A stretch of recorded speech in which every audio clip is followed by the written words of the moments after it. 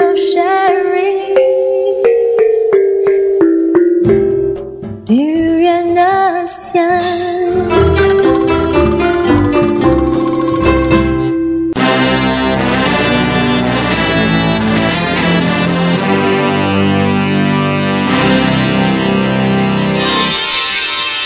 ASEAN Dailies. First and the foremost news from Southeast Asia.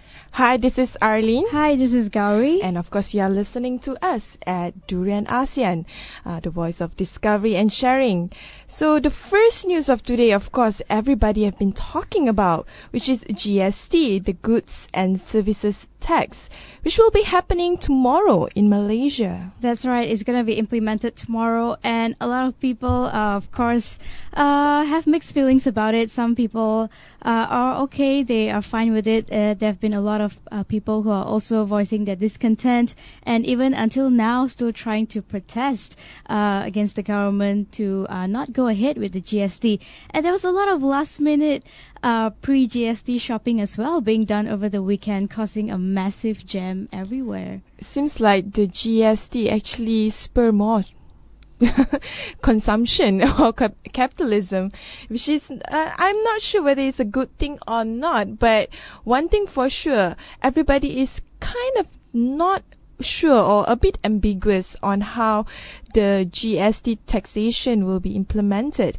At the same time, a lot of people are quite unsure on terms like zero-rated items, on things that are supposed to be GST taxable or not. So these are things that the government has ensured that GST in fact will not burden the people. This is according to our Prime Minister of Malaysia, Datuk Seri Najib Tun Razak.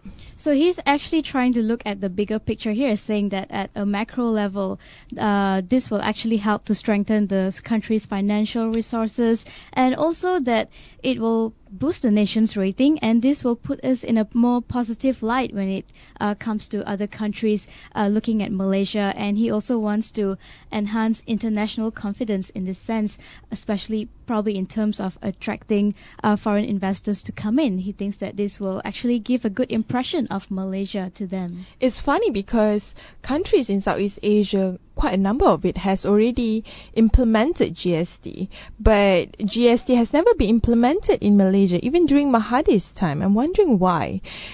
Countries like Indonesia, Thailand, of course Singapore had GST for quite some time ago. But then again, Malaysia, as we all know, is a developing country, and which is why there were various economists or even politicians who, from the opposition side, who said that Malaysia is not quite ready yet. Well, Thailand and Indonesia is even worse than us if you are talking about GDP and also the developing economic status. I think the biggest challenge for implementing GST is, in fact, implementing GST. How the government can ensure that only the items that are taxable by GST should be taxable by GST, and how it won't increase the cost of living and especially the price of living. Some economists have been warning that impending inflation might happen.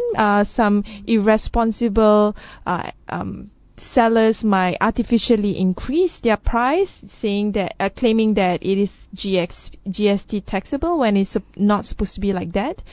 It's very tricky when it comes to the pricing, because as much as the government also has come forward to say that they have implemented a lot of ways to make sure that, like you were saying, that this businessman or shop owners don't increase the prices, but it's kind of inevitable because with GST being implemented itself, most of the prices have already automatically increased because of the 6% that's being charged. So it's kind of contradicting their own statement, saying that this will not burden the people. The fact is, it is going to burden the people, and the best that we can do is probably just get used to it and see how to handle this whole GST. Let me ask you a trivia question. Which one is actually under GST? Lobster, sardine can, or another one would be electricity bill? Well, I would go with the lobster, but then again, I think seafood is not really subject to GST. Yeah, it's a bit tricky. But we also did a video on GST. It shows how much people are confused with the whole GST thing. Because there are still a lot of jargons involved, and if you're not from an economic background, or if you don't have that relevant knowledge, it's really, really tough to understand how GST works. The reason why I mentioned about the options just now, because actually it was debated in the parliament. Some parliamentarians from the opposition side were questioning some of the zero-rated items, and one of it is lobster, because who actually have lobster as part of our daily meal? Malaysia, that's right. Yeah, and they were questioning why you put a GST on lobster, but why you put a GST on a sardine can, but not on lobster. But majority of Malaysian, as far as I know, we have sardines like almost on a daily basis, but not lobster. Yeah, sardine is actually quite a staple, and it's also supposed to be an economic food. If I remember back during the college days, sardine was one of the easiest things to make, and it's what the broke students would resort to when they had nothing else to eat. But I guess that's not the case anymore, because it's the price has increased now. That's the funny part, I think, about GST, that people are still confused and people are questioning on some of the zero-rated items. But there are 900 plus zero-rated items, so I'm sure it will be a long list for people to actually cross-check with items that they want to buy. But then again, to go back to what the Prime Minister has said, of course, he's looking at it from the bigger picture. But as much as that is important, how effective is that to just focus on the bigger picture instead of focusing on how does it really affect the different classes of society in Malaysia? That's true. I think a lot, especially for PSM, Party Socialist Malaysia, they are quite concerned on how it will affect the bottom 40%, or probably what we see the rest of the Malaysian society, where they don't really earn much, and with the GST they have to really scramble when it comes to buying food and cooking and all that. At the same time, some women's group are actually angry at the government for making sanitary napkins GST taxable. That's right, and there was a whole petition that was being circulated worldwide trying to get 10,000 signatures and telling the government, do not tax us for something that is biological, something that is In natural. fact, I like the slogan. They say, don't tax our period or something. Yeah, and like you were saying, why don't they tax the lobster, but they would tax something as essential as the sanitary pad, and they actually put that under the category of luxury items, which I would say is really dumb, if I may be bold, because every woman would use the sanitary pad, and it's not something that you can choose. I can't believe all this while I've been buying a luxury item every month. Right. So anyway, from GST, I think we have a lot to discuss about GST. In fact, we'll be highlighting issues about GST from time to time to hear the updates from it. On the other hand, we will also on Malaysian news, as is regarding on the police together with the MCMC, or the Malaysian Communications and Multimedia Commission officials. They had raided one of the local news portal, the Malaysian Insider's office, and made some arrests. The arrest came as part of the investigations after a police report lodged by an official from the Conference of Rulers last week. This is regarding on the Malaysian Insider, which has engaged Syahrezan Johan to represent the three men at the remand hearing tomorrow. The report published on May 25th said that the Conference of Rulers had rejected a proposal to amend a federal law that would pave the way for hudud to be enforced in Kelantan. The article said that the proposal to amend the law was in a report by a joint hudud technical committee which comprised of Kelantan state religious officials and those from the federal government. So it seems like the Malaysian Insider are being reminded for having engaged a writer, which is not their part of their staff to write about hudud. And hudud is such a controversial issue in Malaysia that no one can write about it at all, which is crazy. It's true. It's controversial and it's very sensitive as well. And this reminds me of what happened to Professor Azmi Sharum back then when he also wrote an article. He was, of course, a professor with the law faculty in the UM. And it seems that it's very tricky for people to write about things these days, to voice out their opinion or whatever it is they feel about, especially when it comes to issues like hudud or when it comes to questioning what the government is doing. And a lot of reaction on Twitter yesterday said that now that they have raided TMI's office, when are they going to start raiding 1MDB's office? Because that is supposed to be their priority at this moment, instead of arresting writers from the press. Well, 1MDB doesn't involve hudud, I guess. So that just makes it not important and it's not a priority for the government. Well, the last time a person was being remanded was before the hudud was because of the protest against GST, and also prior to that, Dr. Professor Azmi Sharum, he was reminded because of his remark on the Perak incident that happened quite a few years ago, I think in 2009. But for the hudud case, it's a bit different from the rest of the cases because I'm not sure whether it falls under Sedition Act, but it definitely falls under this personal opinion of the IGP. He said that no one can actually make any comment about hudud without being prosecuted by the authority or being questioned by the authority. That's true. He even, if I remember clearly, he went on to say that anyone who questioned hudud will actually prompt the ISIS to come in and attack us because, of course, it's an Islamic law that we have to enshrine, or otherwise we will be actually stirring up a very controversial matter, and this will bring outside forces to come in. And of course, he was blowing things out of proportion with that statement. But then again, like you were saying, of course, hudud is a sensitive issue, and even Eric Paulson was, who is a lawyer, also got arrested because of a tweet over hudud. And it seems that social media policing has also increased, and the IGP also said that he's dispatching people to actually monitor Twitter and Facebook. Hudud has never been such a sensitive issue until now, because in the past, especially during Mahathir's time, when even Mahathir himself, I think I still remember where he said that hudud is not suitable to be implemented in this country because we are a multicultural society.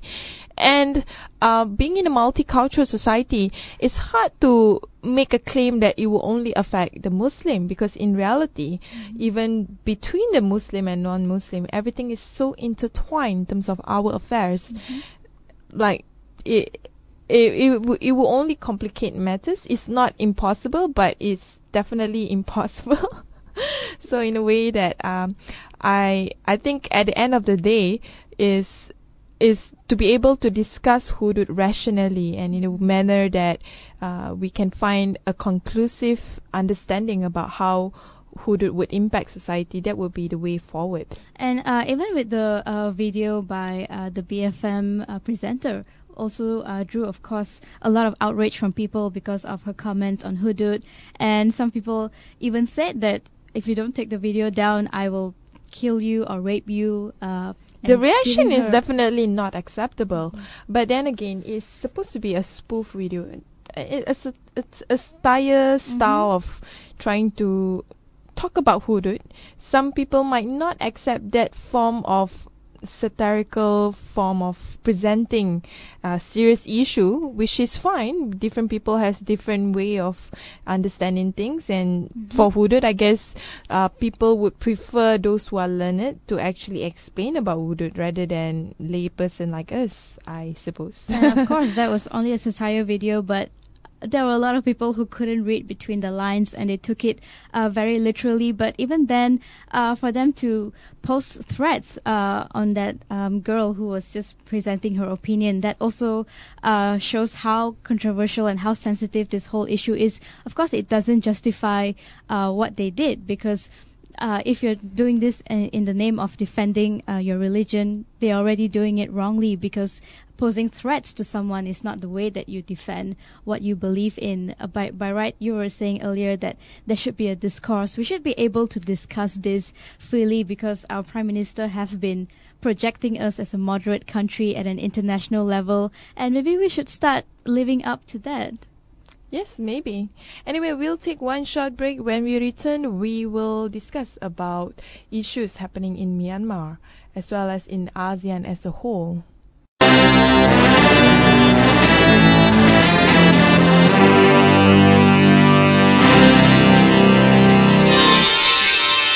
ASEAN Dailies. First and the foremost news from Southeast Asia. Hi, this is Arlene. Hi, this is Gowri. Of course, you are back with us on ASEAN Daily. Coming back to our news on Southeast Asia, we want to bring a focus on Myanmar. A lot of people might not know, but apparently Myanmar alcoholic beverage production is on the rise. Yeah. So I guess more and more people are drinking. That's right, and their local production in Myanmar is actually topping about 25 million gallons annually. And this is just between April and December of 2014. And according to these figures, it seems that the beer production in Myanmar is actually helping in terms of their economy. Like what we also reported, I think a few months back, that they resorted to growing marijuana because they didn't have any other choice. And in this case, they are resorting to beer production to actually help with their economic development. That's true. And in fact, a lot of people might not know, but prior to this, the alcoholic beverages have also been imported illegally to trade routes. So hopefully more beer production, meaning that more people will go for local products. Beer consumption is not something new in Myanmar. There's a few local beers in Myanmar, I think local brands there. In fact, some alcoholic drinks in Myanmar are produced in brew houses run by local entrepreneurs. The Myanmar Investment Commission has also given permission to alcoholic manufacturing businesses through joint venture agreements between local and foreign companies. And they also gave the green light to a domestic alcoholic drink factory to operate in the Mon State. And it seems that taxes on beer and spirits have actually been raised by 10%. And because of that, the Customs Department is also struggling to regulate with Chinese beers imported through the illegal border routes, like what you were mentioning earlier about how these alcoholic beverages are actually being imported illegally through all these different routes. But the taste might be different. You just need to increase the taste of standard for the Myanmar beer. I mean, Chinese beer, people always say that it tastes like water, so I'm not sure, I don't know. But taxes on beer and spirit in Myanmar will be raised by 10%. So it seems like I hope that the whole nation will not end up being an alcoholic nation like the British. Yes, and also, well, if it helps with their economic development, especially that the National Planning and Economic Development So you're saying Ministry, let's get drunk just to help our economy? Why not? If it helps. Well, alcoholism is not really a human rights issue in Myanmar, but definitely migrant workers is a human rights issue. So, the news came recently. Actually, this is a breaking news that dozens of Myanmar migrants arrested on train to the Thai south, and apparently they wanted to find jobs in the south of Thailand, but the Rohingya said they wanted to enter Malaysia. Seems that Malaysia is quite popular among the Rohingyas. We have set such a good impression among them that most of them are trying to make their way through Thailand to come here and settle down here and look for a job. We don't know why, what kind of word has been spreading about Malaysia. But well, the thing about Malaysia, it is a Muslim majority nation. So for the Rohingya, means that they can blend in well within the larger Malaysian society. And of course, in Malaysia, I think they are not living a luxurious life, definitely, but at least they have some form of mobility without being persecuted, especially from the countries that they came from. And the Thai police also said that they charged 70 migrants from Myanmar and 6 Rohingya Muslims with illegal entry, and they were arrested on a train that was bound to the southern province, which is just close to the borders of Malaysia. And the 6 Rohingya actually said that they want to go to Malaysia, that was their whole plan of leaving Myanmar, although the others were just looking to go to any country to look for jobs or to have a better economic well-being for themselves. So Thailand apparently is a hub for people trafficking, with thousands of Rohingya believed to have passed through the kingdom in recent years.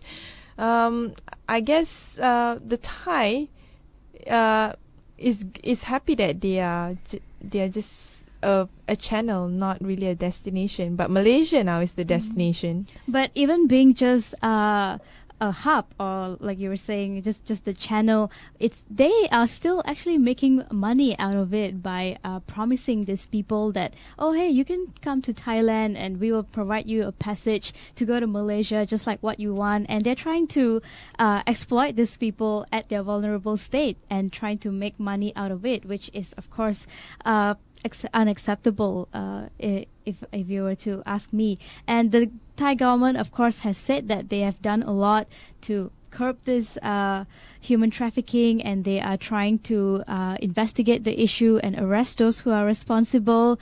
But it's not enough to just say that we are going to do these things. Maybe they should show us something more concrete. Well, the biggest problem is when it comes to human trafficking or issues regarding on migrant workers is there's no original law or at least some form of policy to ensure that this kind of issue can be curbed. The problem is when it comes to AEC, it's more about the movement of skilled workers. So the rights of skilled workers are protected under the AEC, but under the AEC, they don't cover for those workers who are low skill, who come to, for example, a Myanmar that comes to Malaysia to find a job in a restaurant. His right is not protected at all. So this is the reason why we will always have problems on human trafficking without any concrete solution, because we try to close one eye on having a regional integrated system to tackle this. And you're right about that. That this also goes back to what we were talking earlier about looking at the whole bigger picture.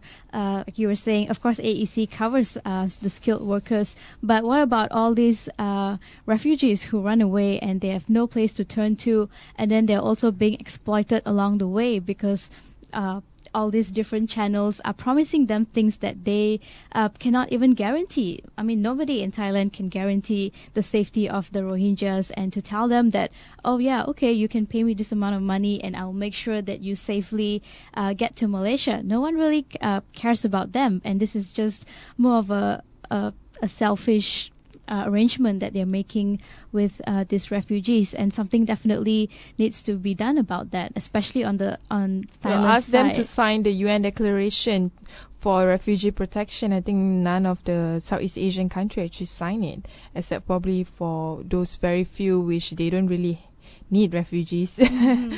Or they don't really have refugees. On the same time, talking about trafficking, ASEAN is weighting stiffer penalties for wildlife traffickers. So apparently it's not just humans are being trafficked, it's also animals. And all these ASEAN countries have decided that they want to plan for harsher laws to address this wildlife trafficking. And this is also another multi-billion ringgit trade that's happening in the region, of course, not in the good way. And this is said by our Foreign Minister, Datuk Seri Anifah Aman. And he said that this is a very serious crime happening. And when you even look at the staggering total of money involved in this trade, it definitely leads to a serious risk of extinction among these animals, and it's evident that we need to urgently start coming up with steps to curb this. And one of the plan suggested was that we increase the jail term from 1 year to 3 years, and the fine imposed from 10,000 to 25,000 ringgit. But is that really enough compared if you look at them, if you're making like 1 billion or 1 million ringgit, paying 25,000 when you get caught may not really be such a huge deal to them. It's probably pennies to them, equivalent to that. And in fact, I think a lot of the people do not understand when you want to address an issue, you don't just give them stick, but you need to address the underlying problem here. The problem here is a lot of this there's a market for this. They don't do it just for the sake of fun. They do this because they are making tons and tons of money. And the animals, either they are pangolins, rhinoceros, turtles, elephants, and sun bears, they're highly priced. Recently, there are news about turtles and also turtles and also another animal, can't remember, that they were stranded on the beach. Their remaining bodies were stranded on the beach, and apparently the wildlife trafficker just wanted to take the part where they really price and throw away the rest of the parts. Exactly. At the seawater of Sabah. And this is what happened with a lot of rhinoceros in Malaysia as well. And the same thing with all the sharks, where they just cut off just one part, whether it's the shark fin or it's the rhinoceros tusk. Yeah, the little tusk in front. And most of the time, these medical benefits are not even confirmed. It's just an alleged thing, like, oh, okay, if you take a shark fin soup, it's actually really good for this and this. But of course, there's been a lot of research showing that shark fin doesn't actually do anything but for sometimes you. It's just a delicacy. You want to pay big money for something that is exotic. And that goes back to these animals heading towards extinction for something that is only alleged, something that is not even confirmed, not even concrete. And of course, even the Chief Justice of Sabah and Sarawak, Tan Sri Richard, also said the same thing, that this punishment is not really adequate. It has to go down, like you were saying earlier. It's not just about increasing the fine money, increasing the jail term, but these people have to know what exactly are they doing. It goes down to educating them itself. In Africa, they have a solution for this because hunting is a big business in Africa, especially hunting for this kind of exotic wildlife. Rather than curbing the whole killing and hunting activities there, they do selective hunting, meaning that only a certain season, only a handful of animals can be hunted, but you must have license to hunt. So in a way, they try to curb the extinction of the animals by having a few animals being killed. Maybe for human rights activists or animal rights activists might not gel well with this method, but actually it helped to reduce the number of illegal hunting or illegal poaching of animals. I think you're right, because it's impossible for someone to come up and say, I'm going to implement this and this will totally eradicate the whole hunting, wildlife trafficking trade. Of course, that's not going to happen. The best thing that you can do is come up with a step that can, gradually just curb the problem. You can start with seasonal, start by insisting that they have license, and this kind of method is actually more realistic and more workable in the long run. That's true, but not when it comes to rhinoceros. I think there's only like a handful of rhinoceros left in the jungle as well as in our zoo. So it's a very controversial method of dealing with animals' welfare, but yeah, that's one way to look at it in Africa.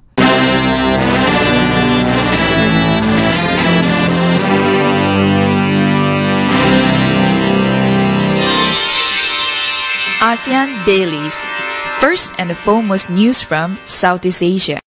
Hi, this is Arlene. Hi, this is Gowri. And of course, you are listening to us at ASEAN Daily as usual. Just a bit of an update about Jokowi's trip in Japan and China. A lot of people might not know, but it's definitely a business trip and a good fat one. In fact, it was so good that just a bit of an update of how many business deals that Jokowi managed to get in or to rack in is the amount is. Guess what, Gowri? I'm guessing close to 70 billion. Yes, it's 74 billion US dollar. If it is converted in Malaysian ringgit, would be how much of it? Times 4, I think, at the rate that the ringgit is going. Almost right close now. to 300 billion. That's a lot of money. A lot of money, and Jokowi has been a very good, I wouldn't say good boy, but a good president, where he focused a lot on building relationship with, of course, China and Japan when he was away for his week-long trip, like you were mentioning, and he managed to attract a lot of investors, potential investors, to come in and invest in Indonesia, and he's really rebranding Indonesia in that sense, making it like the hub for investing for all these major economies in the region. Yep. And in fact, upon arrival in Jakarta, after accompanying the president, Frankie Sabirani, head of the investment coordinating board, said that the business-to-business commitments from Japan alone, this is just Japan, reached $5.9 billion US combined. In fact, the investment will be focusing on producing export-oriented vehicles to increase their exports by 3 times, from 200 to 600,000 units a year. And speaking of vehicle exports, they will actually be focusing on the Suzuki Motor Corp, which has pledged to invest $1 billion this year and probably another $300 million 2 years from now in 2017 in Indonesia to expand its other projects like the energy-saving 2-wheeled vehicle and the 4-wheeled vehicle for businesses.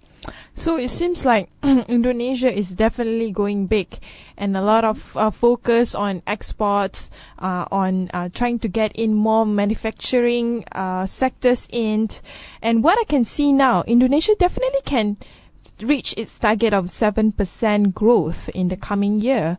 And with Jokowi, he seems to be not just a good statesman, but also a businessman. I think in this globalized world, you can't help to need to be both at the same time. Maybe it's from Lee Kuan Yew's legacy where to bring in, to be strong, meaning you have to be economically strong, and to be economically strong, meaning that you have to think like a businessman or an entrepreneur. Of course, and even if we were to look at Indonesia itself, we know that they have been facing a lot of problems economically. There's a massive amount of poverty going on, the lack of infrastructure in a lot of the states, and of course Indonesia is also really, really huge, and it's probably really hard for Jokowi to focus on every single state, on every single island, but he's skillful in that way that you just mentioned, that he's such a good businessman, and he knows that in order to bring in money, he has to make these important visits, and he managed to meet these leaders and convince them that Indonesia is the right place for all your money, and he'll be getting the money. So do you know like which country besides Indonesia is currently good at convincing other people to join their club? Let me guess, China? I'm so smart today. The US is being a green eye monster. I can see them from afar. But apparently countries are rushing to join the the Asian Infrastructure Investment Bank, or the AIIB. And however, United States is still very conspicuously absent, and of course there's a lot of reasons why, and the main one would probably be, I would say, their ego in this matter, and of course the whole tension between China and the US, and for US to still be absent, and a lot of other major countries have actually agreed to join, including Japan and Australia. Oh, Japan as well. I thought it stated that United States, Japan and Canada have not declared their intention to join the AIIB. Well, they're probably planning to join. Well, I won't be surprised if Japan would join and disregard their biggest ally, United States, advice. It's like in... you go to this during recess time in the playground. You're so used to hanging out with this cool kid, and then suddenly there's another cool kid, and then everybody is rushing towards that another cool kid. Right. And in this case, is the cool kid China? I think so. Yeah. I mean, can you imagine how shameful the US is when the UK and other European countries, which are the US biggest allies in the European countries, decided to join the ASEAN Infrastructure Investment Bank. And of course, US wants all its countries to focus more on the Western ventures, if I may call it that. The World Bank and also the IMF, and they're not too happy about the countries joining the ASEAN or the Asian Infrastructure Investment Bank. And I would also say they're probably a bit jealous that China is getting. That's why I mentioned about the green eye monster. I can see it very clearly. But of course, to talk about the primary goal of the ASEAN, I keep saying ASEAN, the Asian I also do the same Infrastructure thing. Investment Bank is to fill the shortage of funding for Asia's badly needed infrastructure. Of course, that's one of our priorities right now with the ASEAN integration. And China is willing to lend us a hand and help us out. So this Chinese cool kid in the playground, right? He is so cool that just 2 days ago, which is Saturday, countries like Russia, Brazil, Netherlands, Denmark already said that they will be joining soon. And a day earlier, which is on Friday, countries like Georgia, Turkey, South Korea already filed their applications. So I guess Grace will be happy that her country is already part of the Asian Infrastructure Investment Bank. But do we think that the US will eventually relent, or will they hold on to their stand and saying just no to AIIB forever? Like, no way we're joining you guys. Well, they have their own IMF. So, they can stick with their own club, which is called IMF. Or they can have dual membership or something, which, it could only be beneficial to them. But, of course, it goes back to how they feel about this whole reserve by China as well. But it's not just a geopolitical war or geopolitical divide that we are seeing here. At the end of the day, there's an economic reason to this. China is growing. It's probably the biggest, if it's not the second biggest economy in the world. And of course, for countries, they don't want to be left out. Can you imagine being the second biggest economy in the world and then you decided not to be friends with them? For example, Indonesia just racked in, we mentioned earlier, $76 billion in billions, just in terms of investment funds. But can you imagine how this money can actually benefit the rest of the globalized society? So at the end of the day, it's all about money. I think it's about money, and probably the US thinks that I've got enough money and I don't need any help from some Chinese bank. Well, maybe they are right or maybe they are not. But this was actually being stated during the Boao Forum for Asia in Boao, Hainan. A lot of people might not know, but this is the Chinese version of the World Economic Forum. And it takes place at a very exotic place as well, which is Switzerland. Oh yeah, really? It's so exotic. How you define exotic? Yeah, that's a good question. I probably meant fancy, not exotic. People might think Malaysia is exotic. That's true. And we might think the Westerners are exotic, which is to me, it's completely rubbish to even use the word exotic. Anyway, I hope you enjoy our news commentary today. And if you have any feedback, of course, you can leave it on our Facebook page at DurianASEAN. You can also tweet us. We have a Twitter account, and follow us on Instagram as well as YouTube for all the daily podcasts. And of course, you can always follow us live on your mobile at the TuneIn app, which you can download on your app store and search for DurianASEAN. That's all from me, Arlene. And this is Gowri. Bye.